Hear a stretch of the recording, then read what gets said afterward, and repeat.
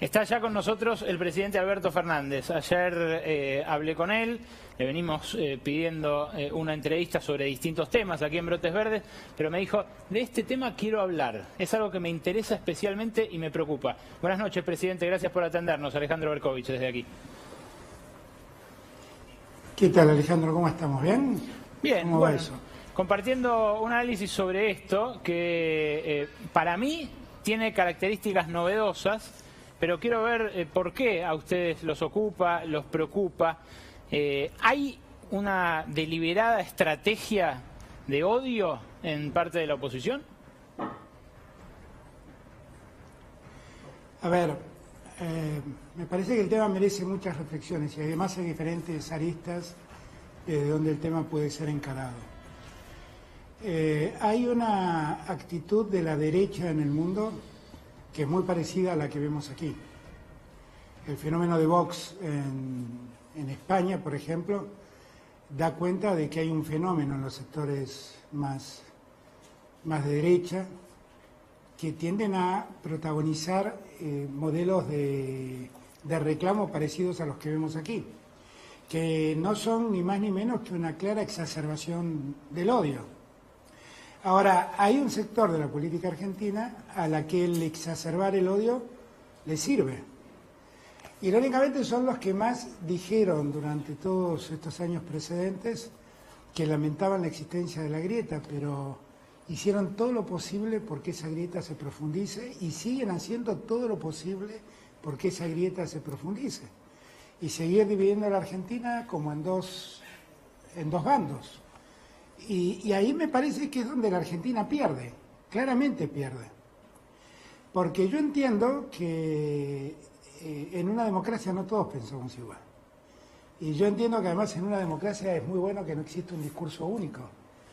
Y me parece que es muy útil en la democracia que haya reflexiones distintas, que nos convoquen a reflexionar a todos. Pero lo que uno ve es otra cosa. Es otra cosa, es algo que definitivamente lo que hace es exacerbar las diferencias, adjetivar al opositor, descalificar al que no piensa como los que se manifiestan. Hay una demanda por momentos absurda, donde todo se mezcla. Pareciera ser que cuando uno le dice a los ciudadanos, por favor cuidémonos, miren que el salir y el exponerse, uno se multiplica las posibilidades de contagiarse un virus del que todavía no tenemos forma de prevenirlo, ni tenemos vacuna, y que contagia a gran velocidad y se lleva la vida de muchos. Y en verdad dicen que ese discurso es un discurso que en verdad busca callar a la ciudadanía o busca coartar libertades. Es una cosa francamente ridícula. Yo, el otro día Axel recordaba algo que yo dije en alguna ocasión anterior. Es lo mismo que decirle a un médico que tiene un diabético y que recomienda no comer azúcar, decirle que le está coartando la libertad de endulzar su vida. Eso es un disparate, es un disparate. Ahora, ese disparate está en boca de muchos sectores que dicen ser dirigentes políticos. Entonces, todo eso sirve para una política muy precisa, que es la política de exacerbar las diferencias y generar dos bandos. Bueno, ahí hay negocio, estábamos analizando recién, acá tenemos un doctor en filosofía y en psicología, tenemos una colega extranjera, corresponsal de medios, acabamos de hablar con un analista en redes. Es negocio para varios eso, es negocio en guita para las plataformas, es negocio en clics para determinados medios, en rating para determinados otros medios, y es negocio en votos para los extremos.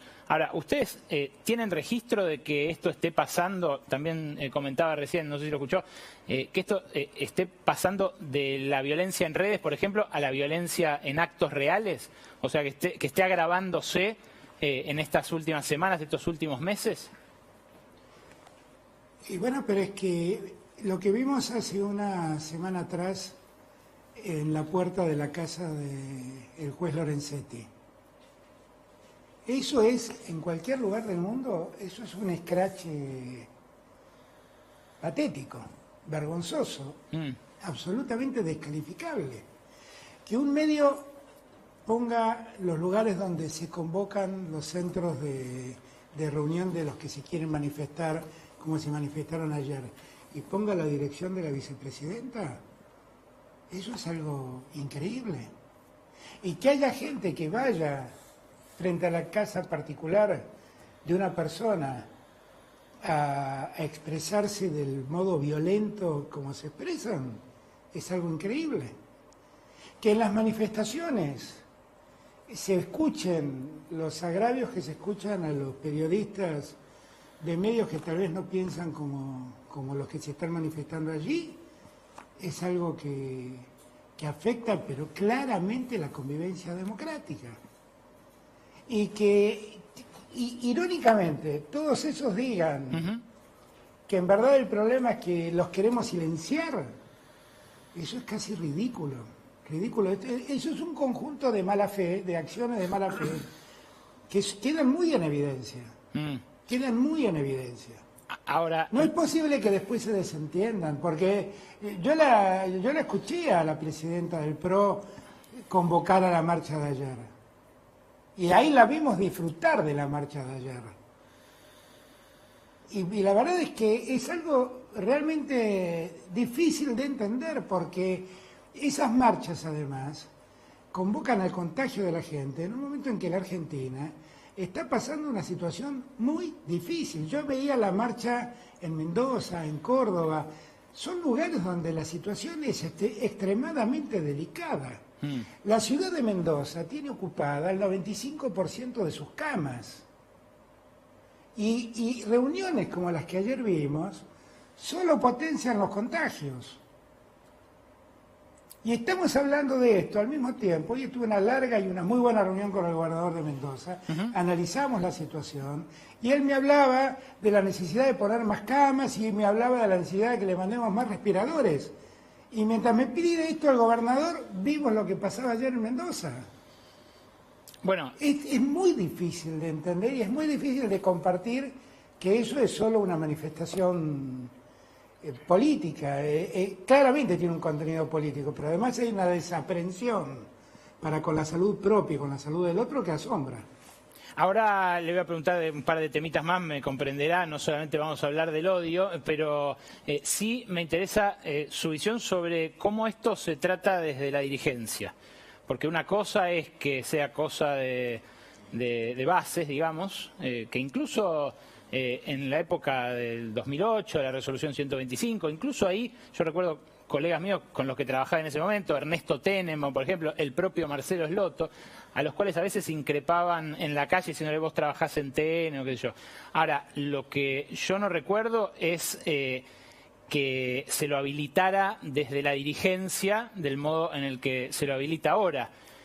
¿Usted cree que es deliberado eso por parte de Macri? ¿Que cree que así se va a imponer a los, no sé, a los Suárez, a los Rodríguez Larreta, a los que gobiernan y tienen otras responsabilidades dentro de la oposición? Pero yo me acuerdo cuando pasó eso con Ernesto o con Marcelo, que yo salí públicamente en defensa de ellos. Yo me acuerdo que cuando Luciano Míguez, secretario de la Sociedad Rural y presidente de la Sociedad Rural, en pleno conflicto de la 125, lo agredieron a la salida de la Sociedad Rural, yo salí a solidarizarme con él. Y cuando Agustín Rossi tuvo que soportar los huevazos que le tiraron allá en Santa Fe, yo salí a solidarizarme con él. La verdad es que estas son prácticas absolutamente reñidas con la democracia. No tiene nada que ver con la convivencia democrática, nada de esto de lo que estamos hablando. Es la acción de un grupo de políticos, de dirigentes políticos, que exacerban los ánimos de la locura y hay una serie de locos que salen y atacan a la gente como la atacan. La atacan con una caravana convocada en Rafaela para presionar a un juez de la Corte, Y lo hacen lo mismo cuando dicen vayan enfrente a la casa de Cristina. Es absolutamente incalificable. Bueno, incalificable. a la par, y eso, a la par que insisto, es algo que... A la par que hace eso, digo, esta dirigencia opositora sale como el expresidente Macri, que ayer rompió el silencio después de varios meses, a decir que lo están persiguiendo. ¿Están persiguiendo ustedes a Macri? A mí me parece realmente asombroso, sinceramente lo digo, ¿no? Me parece realmente asombroso. Yo, honestamente, sinceramente no sé qué causas tiene Macri, qué causas judiciales tiene, si están en riesgo de procesamiento en alguna causa. La verdad es que ellos ven en nosotros los que ellos hicieron todos estos años. Esa es la más cruel realidad. Ellos fueron los que espiaron, no solamente espiaron a opositores, se espiaban entre ellos. Yo no sé qué desconfiaba Macri de Rodríguez Larreta, de Santilli, no sé qué desconfiaba, de Monzó, no sé qué les desconfiaba. Pero ellos fueron los que se espiaban hasta, no solamente espiaban a opositores, se espiaban entre ellos. Y esto no lo estoy diciendo yo, lo está diciendo una investigación judicial y solo me limito a reproducir lo que de esa investigación judicial ha hecho público y se ha dicho en los medios. Sí, sí. Y nadie lo ha desmentido. La verdad es que nosotros no hicimos ninguna acción judicial contra nadie. Nosotros nunca inventamos causas, no hay una sola causa que se haya iniciado por una denuncia anónima, como ocurrió a lo largo del gobierno de Macri. Yo se lo dije a Macri un día que lo vi después de la elección, y él me habló de los problemas judiciales. Yo la verdad no voy a levantar jamás el teléfono para decirle a un juez persiga a alguien.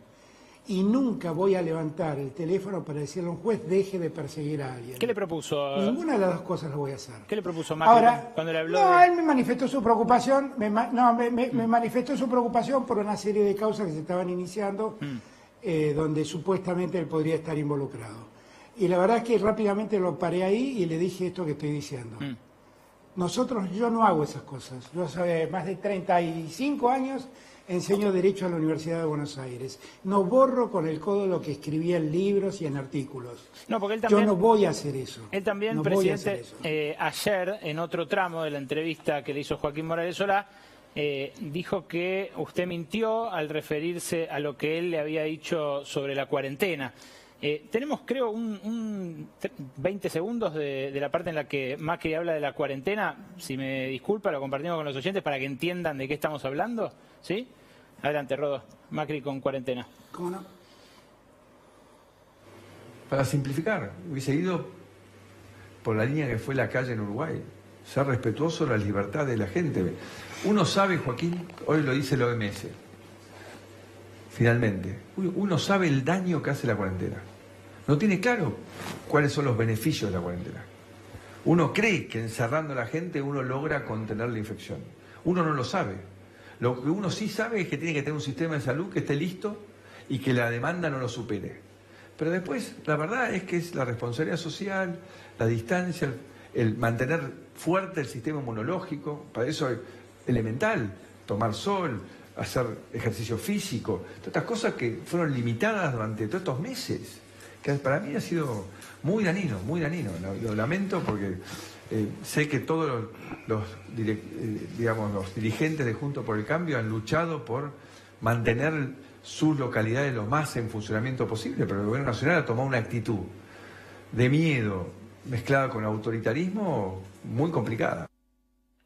Miedo y autoritarismo, presidente. Bueno, primer punto, yo no miento. No mentir me suele traer muchos problemas. Yo no miento. Ahora, hemos constatado demasiadas mentiras de Macri. Perdón, que no miente, quiere decir que Macri yo no le he dijo, mentido. Macri me dijo que se mueran los que se Lo tengan que que yo morir. dije que Macri me dijo, efectivamente me lo dijo. Efectivamente me lo dijo. Que se mueran los que Y se tengan que lo morir. aseguro, lo reafirmo y lo sostengo. ¿Cómo? Que se mueran los que se tengan que morir. Porque era inevitable, porque era una pandemia y era inevitable. Y la cuarentena efectivamente tenía esta misma posición. ¿Para qué sirve la cuarentena? No sirve nada para la cuarentena. Ahora, Macri, para que recuerdes, la cuarentena nos permitió poner de pie un sistema de salud que vos dejaste destruido. Nos permitió crear un Ministerio de Salud que vos cerraste. Nos permitió poner en pie un Ministerio de Ciencia y Tecnología que vos terminaste. Por si no te acordás, nos permitió la cuarentena poner en marcha una serie de hospitales que estaban construidos en el año 2015 y que por decisión de tu gobernadora en la provincia de Buenos Aires nunca se inauguraron. Por si no lo sabés, tuvimos que poner en marcha más de 60 hospitales. Por si no lo sabés, multiplicamos por 2.5 la cantidad de camas de terapia intensiva que había en la Argentina, porque durante tu gestión todo eso no existía, Macri, y tuvimos que hacerlo durante la cuarentena. Si vos no sabés para qué sirvió la cuarentena, te cuento, Macri, sirvió para que la Argentina se ponga en orden después del desastre en el que dejaste a la Argentina. Presidente... A mí me impacta realmente escuchar hablar con tanta impunidad al expresidente. Es lo que sintió mucha gente ayer, pero lo traigo de vuelta a la actualidad porque ha pasado justamente un año desde las elecciones, ha pasado 10 meses de gobierno, la mayor parte del cual transcurrió en pandemia. Hay mucha gente nerviosa también por el dólar. ¿Están pensando en nuevas medidas para apaciguar el mercado cambiario? ¿Están conformes con la marcha de las últimas que anunciaron hace ya 10 días? ¿Puede llegar a cambiar la actitud de los que tienen que liquidar divisas, por ejemplo? Nosotros estamos siguiendo muy de cerca un proceso que nosotros llamamos un proceso de ordenamiento cambiario, donde nosotros tenemos que ir, no en lo inmediato, sino en el transcurso del tiempo, hacia un lugar donde confluyan las diferentes cotizaciones de la divisa. Y nosotros esa tarea ya la empezamos. Estamos siguiendo con mucha atención. La gente se inquieta mucho por el mercado del famoso dólar blue. El paralelo, sí. Pero hay que tener presente que el dólar blue está básicamente constituido por dólares que traen los extranjeros, turistas, los cambian en los turistas, y eso después se vende en el mercado interno. Ahora, hay una carencia muy grande de dólares que vengan del exterior porque el turismo externo está totalmente cerrado. Entonces, allí hay una tensión sobre el valor de la divisa muy grande, pero es un mercado que también hay que explicárselo a la gente, no influye sobre el resto de la economía. Lo que nosotros tenemos que cuidar es ver cómo evoluciona el valor del dólar oficial, como la gente lo conoce. Y en eso estamos siendo muy cuidadosos para evitar retrasos cambiarios y buscando que el dólar vaya siguiendo más o menos la evolución de la inflación. Y está claro que a ninguno de nosotros nos gusta vivir con las medidas que estamos viviendo, pero las medidas que estamos viviendo de restricciones cambiarias tienen que ver directamente con la carencia de dólares en la que nos dejó Macri. Macri, que debe tener un problema de amnesia severo, se olvida que entre el día de las elecciones primarias y el día de las elecciones definitivas del 27 de octubre, se fueron de la Argentina 23.000 millones de dólares y dejaron un Banco Central languidecido que desesperadamente tuvieron que cerrar cualquier venta de divisa. Eso es lo que nos dejaron. Sobre llovido, mojado, llegó la pandemia. Sí, claro. Entonces nosotros lo que estamos es en un proceso de ordenamiento del mercado cambiario, al que lo seguimos muy de cerca, que le prestamos mucha atención, no queremos tener más de una cotización de la divisa, pero va a llevar un tiempo el ordenamiento, como llevó un tiempo el ordenamiento de la deuda externa. Perdón, si está diciendo no queremos tener varios valores de la divisa, quiere decir que desdoblamiento formal del mercado cambiario no va a haber un dólar oficialmente financiero, otro oficialmente... No sé, la realidad es que en los hechos hay un desdoblamiento, porque hay un dólar financiero y un dólar, lo llamamos dólar turista, ese dólar financiero, y un dólar oficial. Pero no es oficial. Lo que nosotros tenemos nosotros tenemos que ir ordenando las cosas para que haya un solo valor de la divisa. ¿Cree que eso va a poder pasar durante su Mientras mandato? tanto, tendremos que convivir con estas dos cosas. ¿Cree que puede ¿Cómo? pasar durante su mandato eso? ¿Qué plazos se ponen para llegar a esa unificación? No, claro, debe ocurrir durante nuestro mandato, claramente. ¿Sirvió? Nosotros tenemos que corregir este problema del desorden cambiario que se ha generado por la falta de divisas y al mismo tiempo tenemos que ofrecerle a los argentinos la posibilidad de invertir en otras cosas que no sea el dólar. Sí, claro. Y que sean rentables. Lo difícil, que lo que no Desde pudieron hacer... títulos hasta plazos fijos o construcción en viviendas, darle otras alternativas que no sean el dólar y que les permitan tener rentabilidad con sus inversiones. Lamentablemente no pudo ningún gobierno democrático, ¿no? Desde el que rompió la moneda de la última dictadura, pero bueno, es el desafío al que me imagino. Es cierto, pero es un desafío que tenemos por delante. Y que la verdad estamos con mucha vocación de lograr el resultado. ¿Sirvió bajar las retenciones, esos puntos y el diferencial sobre todo entre la retención al grano y la retención al aceite, que es más un gesto hacia las aceiteras? Digo, en vista de que no están liquidando quizás lo que ustedes esperarían. Hasta aquí debo confesarle que no ha servido, pero no sé, todavía tenemos un tiempo por delante y por ahí entiendan la necesidad que tenemos de que esas divisas se liquiden. Hasta acá no ha rendido lo que esperábamos que rinda. ¿Hay algún responsable de esto? No, el mercado que no quiere liquidar dólares, que no exporta y no liquida dólares, y que está especulando con muchas cosas. Si alguien está especulando con una devaluación, especula de gusto porque una devaluación no va a haber. Si alguien especula con que siga subiendo el grano de la soja, eso nos excede a nosotros, porque la sequía en los Estados Unidos evidentemente ha mejorado muchísimo el precio de la soja. Si alguno especula buscando un mejor precio para los aceites, también nos excede. ¿Cree que la suba del dólar paralelo o de las versiones financieras del dólar puede tener que ver con una presión política de un sector de empresariado? Pienso, por ejemplo, en el impuesto a las grandes fortunas. Digo, ¿puede ser que estén buscando obturar alguna iniciativa del gobierno presionándolo por ese lado? Yo quisiera creer que no. Fundamentalmente, Alejandro, porque como lo has dicho muchas veces, esto no es un impuesto a las grandes fortunas, es una contribución por única vez a los que tienen más de 200 millones de pesos como patrimonio. Entonces, en verdad no es un impuesto. Y quisiera creer que no es eso lo que los está motivando.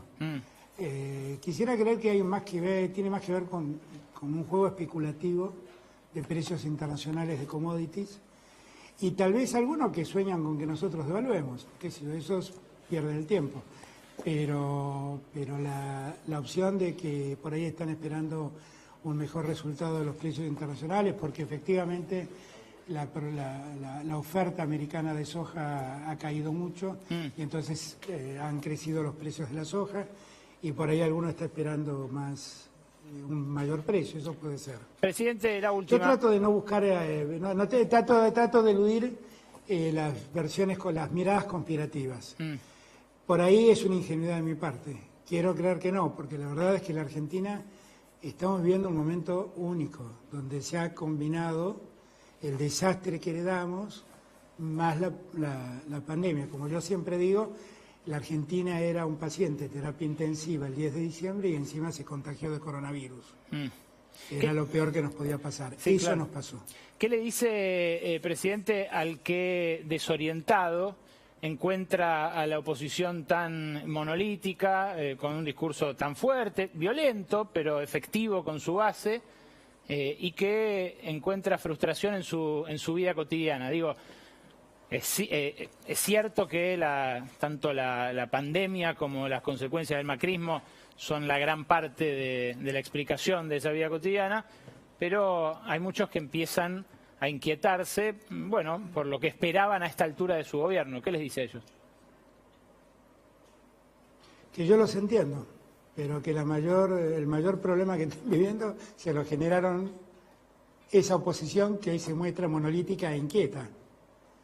En verdad el mayor problema fue eso, porque seguramente si no hubiéramos tenido que que reconstruir hospitales, reconstruir camas de terapia intensiva, comprar respiradores automáticos, sacar de urgencia un ATP para sostener el empleo privado, sacar de urgencia el IFE para darle un auxilio a 9 millones de argentinos que estaban fuera del sistema.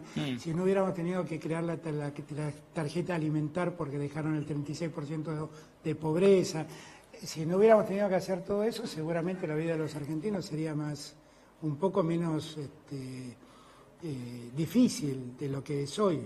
Pero lo que le digo a los argentinos es que nosotros, la inmensa mayoría de los argentinos, ha hecho las cosas bien. Ha acompañado los cuidados, se ha preservado. Cuando uno mira los resultados, por ejemplo, del trabajo formal, la caída del trabajo formal es de 2.5%. Es la misma caída que tuvo en promedio toda Europa. Hicimos las cosas bien, preservamos el trabajo. Yo estoy viendo permanentemente en mis viajes pequeñas y medianas empresas que me cuentan que han podido sobrevivir gracias al ATP. Hemos salvado infinidad de puestos de trabajo, hemos salvado infinidad de empresas. Hoy, sin ir más lejos, fui a una refinería donde se anunció una inversión de $700 millones en los próximos 3 años. O sea, no se están yendo las empresas del país, como dicen los diarios, no es masivo ese definitivamente ese no, definitivamente no. Y cuando uno mira, entraron más uruguayos de Uruguay a la Argentina que argentinos que se fueron a Uruguay. Pero bueno, son cosas que también son parte de esa prédica del odio, de hacerle sentir a la gente que vive en un país espantoso, que somos una sociedad horrible. Yo el otro día leí un artículo de un argentino que aparentemente vivía en Arabia y decía, acá se respeta a la gente. Y en Arabia es uno de los lugares donde más se maltratan los derechos humanos. Y si quieren ver, vean cómo vive una mujer en Arabia. Hablando de la mujer, entonces, las mujeres sacaron una solicitada, las mujeres reclamándole por la que era una de sus promesas de campaña de hacerlo además este año, que fue una de sus menciones en la Asamblea Legislativa al abrirla, la ley de legalización del aborto. ¿De cuál? Perdón. La despenalización del aborto. Pero yo voy a mandar esa ley, ¿eh? ¿Ya tiene un plazo? Yo voy a mandar esa ley, no tengo ninguna duda. Yo voy a mandar esa ley. Yo lo que esperé todo este tiempo es que la verdad, la pandemia reciba toda nuestra atención, también la atención legislativa. Por eso dejé pasar este tiempo, pero yo tengo un compromiso, pero más que un compromiso lo que tengo es una convicción. Tengo una convicción. En la Argentina las mujeres se siguen muriendo por abortos mal practicados. Y muchas más mujeres quedan lesionadas de por vida por los abortos mal practicados. Así que yo en eso no he cambiado un ápice, no he cambiado nada, simplemente por una cuestión de oportunidad, si se me permite el término, entendiendo que la pandemia debía ocupar nuestra atención, postergué el envío de la ley, pero la ley la vamos a mandar, por supuesto que sí. Presidente, esta gente que está frustrada, que usted dijo, los entiendo, me pareció una definición fuerte porque, bueno, hace también a la autocrítica de un gobierno, hace aprendizaje, ¿no? Usted dijo, volvimos mejores. La verdad que espera algo, espera que haya una pospandemia. Parece audaz hablar de pospandemia ahora, pero ¿qué resorte imagina usted va a ser ahora el que haga despegar a la economía, digamos, el que le dé oportunidades a esos 2.5 porcentual de desocupados que se generaron en estos meses? Nosotros tenemos que primero seguir pensando en la salud nuestra, en la salud de los argentinos. Una vez más, pedirle a los adultos mayores, pedirle a los que tienen enfermedades prevalentes, a los que tienen factores de riesgo, que por favor se cuiden mucho. Porque yo la verdad no quiero ver aumentar más la lista de muertes. Le pido a los que por ahí descuidadamente se juntan con otros en reuniones sociales, que piensen que pueden ser vector del contagio y sin saberlo estar contagiando a mucha gente, gente que por ahí termina su vida como consecuencia de ese contagio. Esa es mi mayor preocupación. Nosotros hemos logrado el objetivo de que ningún argentino se quede sin atención sanitaria en la pandemia. Sí. Ese objetivo que nos propusimos el primer día cuando largamos la cuarentena, lo hemos venido cumpliendo hasta aquí con la responsabilidad de todos los gobernadores y de todos los intendentes que colaboraron y mucho en ese objetivo. Pero le pregunto por el post con porque el trabajo la gente... enorme de la gente de la salud y demás. Termino con esto, Sí. termino con esto. Ahora, nosotros vamos a entrar en una nueva etapa. La etapa que viene es ver cuándo la vacuna efectivamente está a nuestra disposición. ¿No es fin de año? La Argentina está, bueno, estamos intentando que sea lo antes posible, pero la vacuna no ha salido en ningún lugar del mundo claro. todavía. Nosotros lo que estamos esperando es que cuando salga nosotros estemos anotados con el resto del mundo para recibir las vacunas que nos hacen falta. Y por eso durante estos meses hemos trabajado con todos los que tienen proyectos de vacunas para precisamente poder contar con la vacuna, con la primera vacuna que exista, poder contar con ella. Cuando nosotros estemos pasando ya el problema de la pandemia, y creo que la vacuna es la solución, porque quiero también hablar con franqueza, yo no sé mentir, no me gusta mentir. La realidad es que miren lo que está pasando en Europa, todos pensaron que la pandemia había pasado, y está viniendo una segunda oleada que no sabemos dónde termina. Sí, sí. La que le va a poner fin a la pandemia es la vacuna, objetivamente. Nosotros trabajamos muchísimo en ese punto y estamos muy atentos y ponemos mucho esfuerzo en ese tema. Ahora, yo estoy viajando el jueves a Vaca Muerta, donde estamos lanzando el Plan Gas. Ahí estoy seguro van a haber muchas inversiones que hagan mover a la economía argentina, que den trabajo a subcontratistas pymes, que en esa zona las hay muchas. Estamos llevando adelante un proyecto para promover la construcción de viviendas, tratando de permitirle a los que tienen dinero no declarado, lo blanquee para ese fin, y para los que tienen dinero declarado, desgravarles bienes personales para que puedan invertir ese dinero y conviertan ahorros financieros en construcción de viviendas. Y vamos a lanzar un plan de viviendas y de obra pública muy, muy poderoso con el objeto de movilizar la economía argentina. Yo estoy seguro que el año que viene va a ser mejor que este, estoy absolutamente seguro. Y vamos a crecer bien. Y vamos a empezar a poner orden a una economía que se desordenó muchísimo. Presidente, en estos últimos años. Un objetivo módico ese, ¿no? Este año de merda, la verdad que no puede dejar lugar a otro más que mejor, me parece. Creo que estamos todos de acuerdo en eso, no hay grieta. No, pero es que yo no dije cuánto íbamos a crecer. Yo creo que vamos a crecer mucho. Y estoy convencido de eso. Está claro, tenemos que recuperar 12 puntos de caída del PBI, que es lo que calculamos este año que vamos a caer. Pero el año que viene vamos a crecer y mucho. Y la gente lo va a sentir. Y la diferencia con otros tiempos, con otros tiempos recientes, es que lo que más nos preocupa es que crezcan todos, no que crezcan algunos. Que ese crecimiento llegue a todos, llegue a los sectores más postergados también. Eso es lo que más nos preocupa y es lo que más deseamos. Por eso nosotros tenemos un programa de desarrollo de la economía que involucre a todos, que no deje afuera a nadie. Yo estoy muy seguro que el año que viene para los argentinos va a ser mucho mejor. Presidente, le agradezco este rato que se tomó para charlar con nosotros. Buenas noches. Gracias, Alejandro. Un abrazo muy grande. Hasta luego.